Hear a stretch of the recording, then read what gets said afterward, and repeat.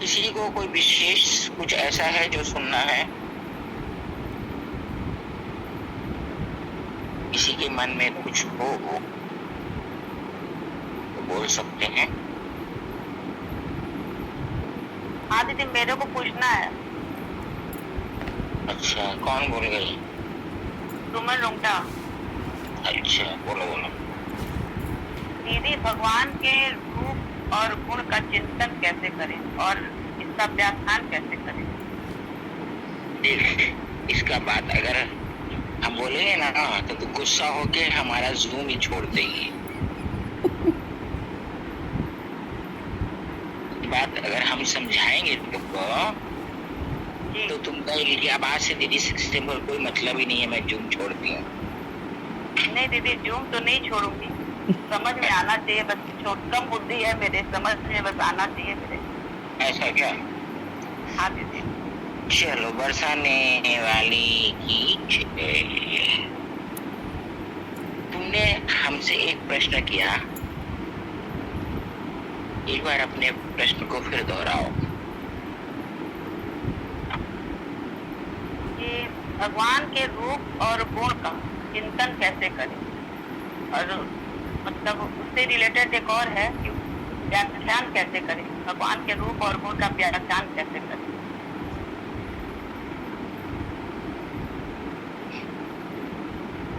अब आज हम तुमको पूछे हैं, तुम अपने पति या बेटा के रूप और गुण का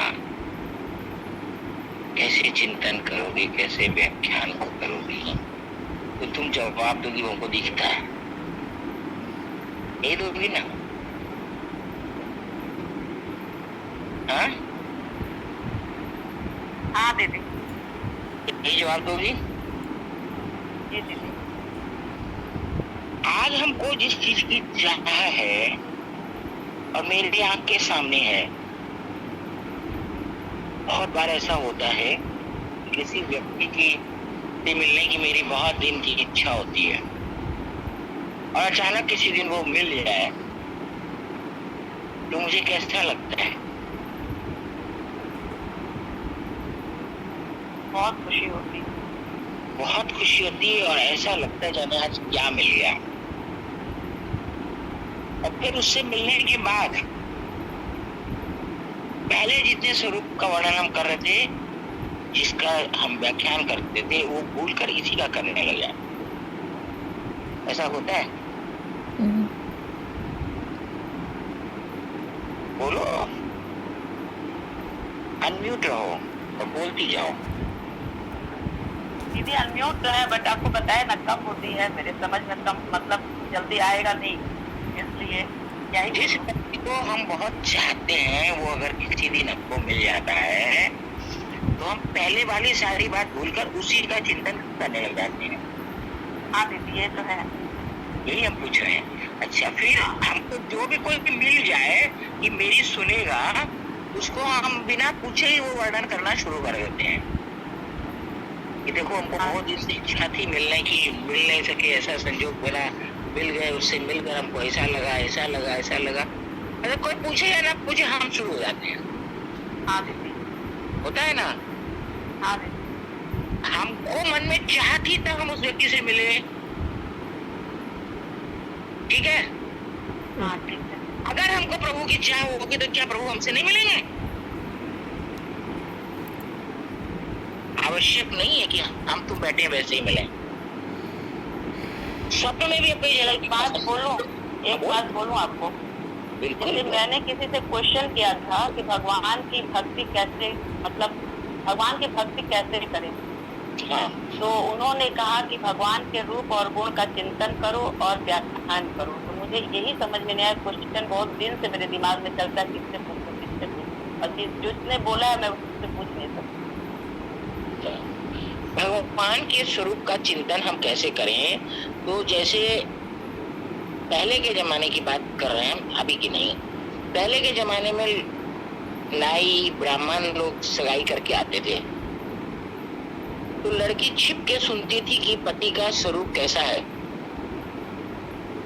और उसके आधार पर उसका चिंतन करती थी कि मेरा पति ऐसा है। पहले जमाने की बात है। आज के जमाने में लड़की देखती है, लड़का अपने घर चला जाता है, सगाई पक्की हो जाती है और उसके बाद उसी का चिंतन शुरू हो जाता है। बचपन से जितनी चीज देखी सबका चिंतन जुड़ जाता है। ऐसा है कि नहीं? हाँ है दीदी, पर देखने के मतलब सुनने के बाद तो क्या, देखने के बाद ज्यादा होता है ऐसा। सुनने के बाद देखने की इच्छा होती है। जी।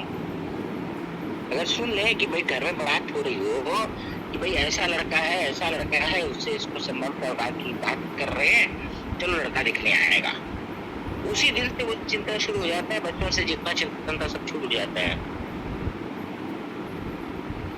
नहीं? हाँ। क्यों?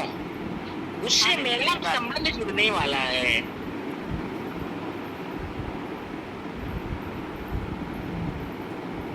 कि नहीं? हाँ है।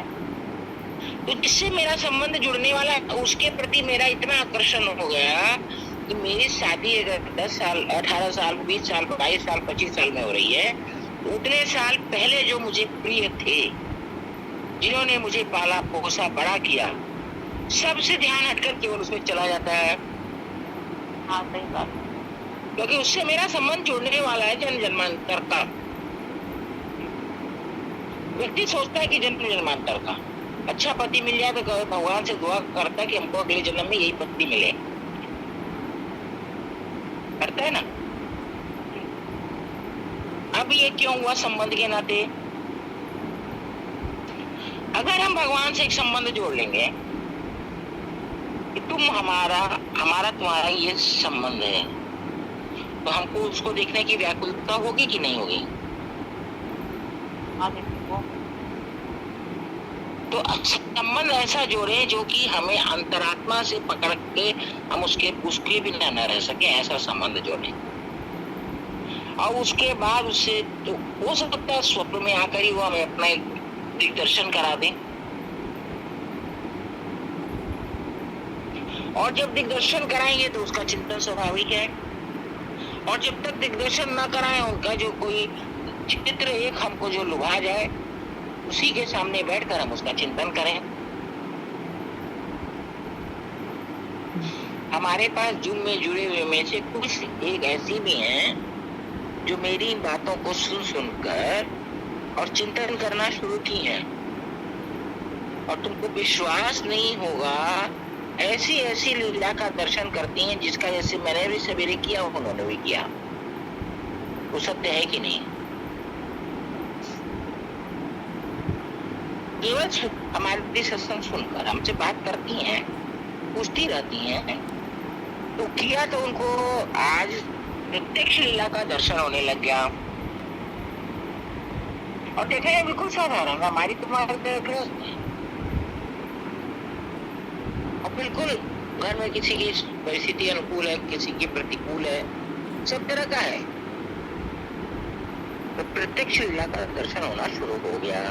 तुमको विश्वास नहीं होगा, विश्वास से नहीं होगा।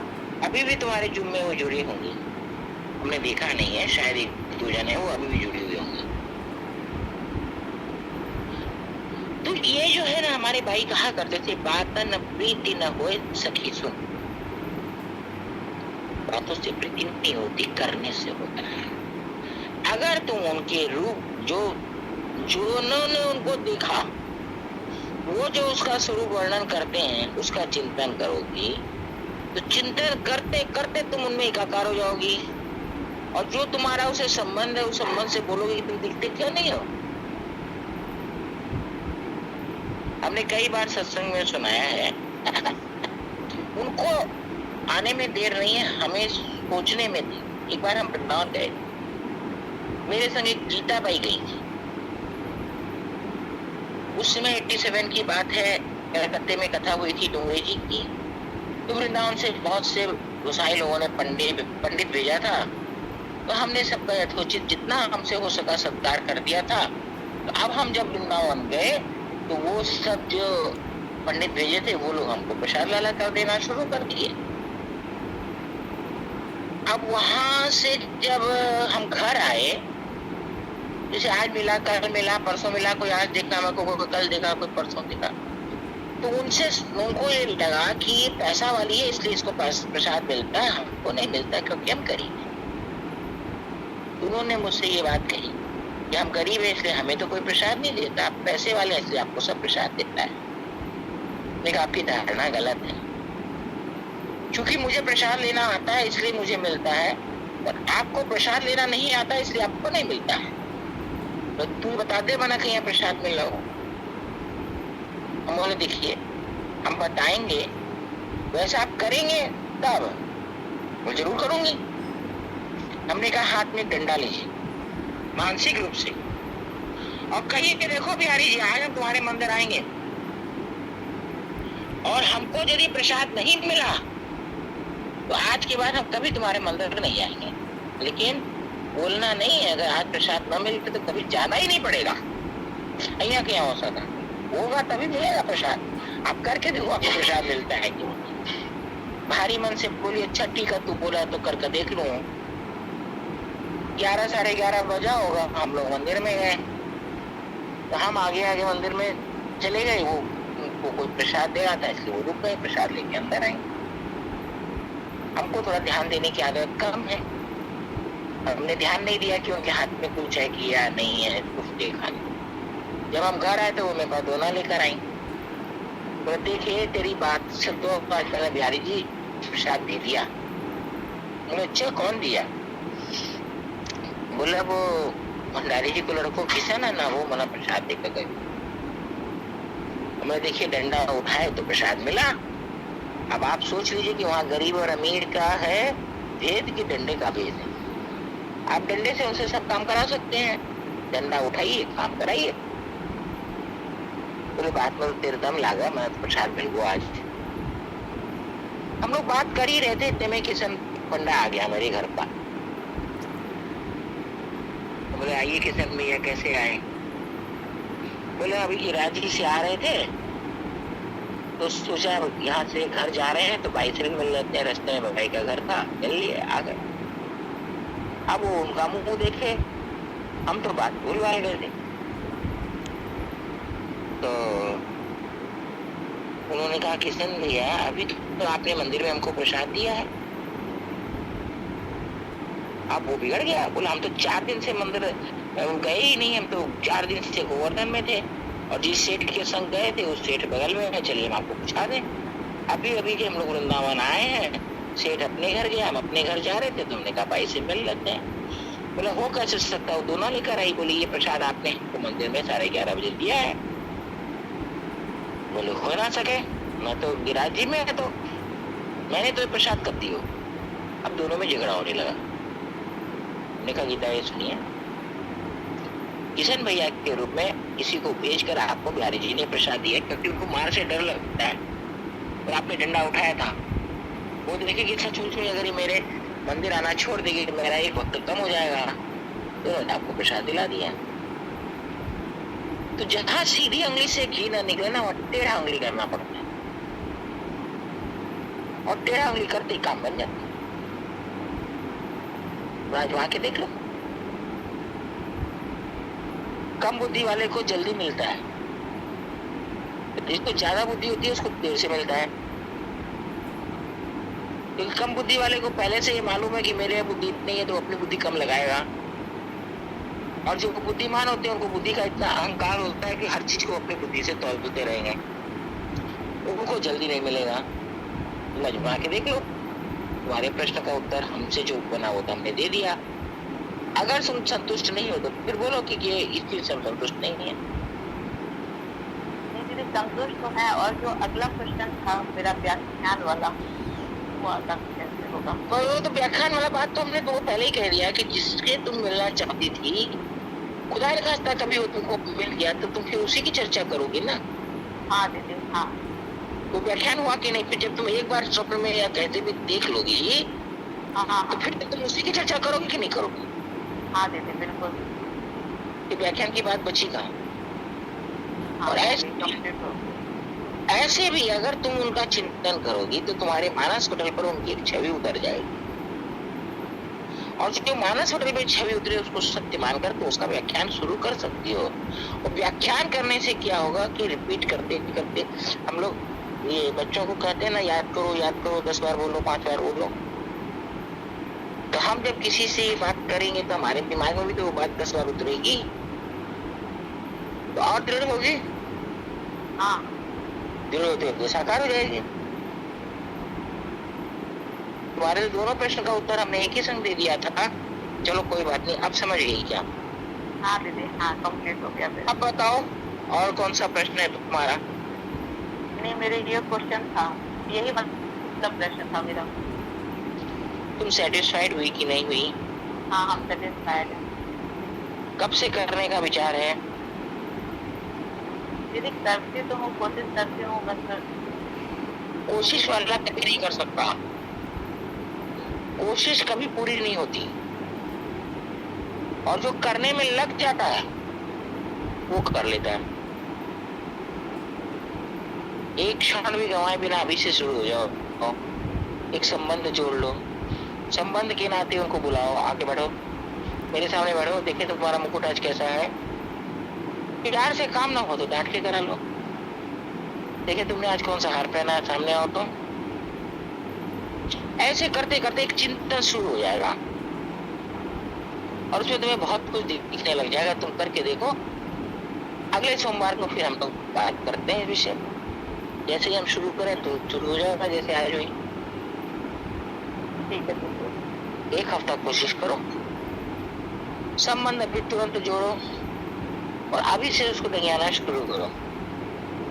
चलो आओ, जाओ जल्दी आओ, ऐसे करना शुरू। ठीक है। जय श्री राधे। बोल बरसाने वाली की जय।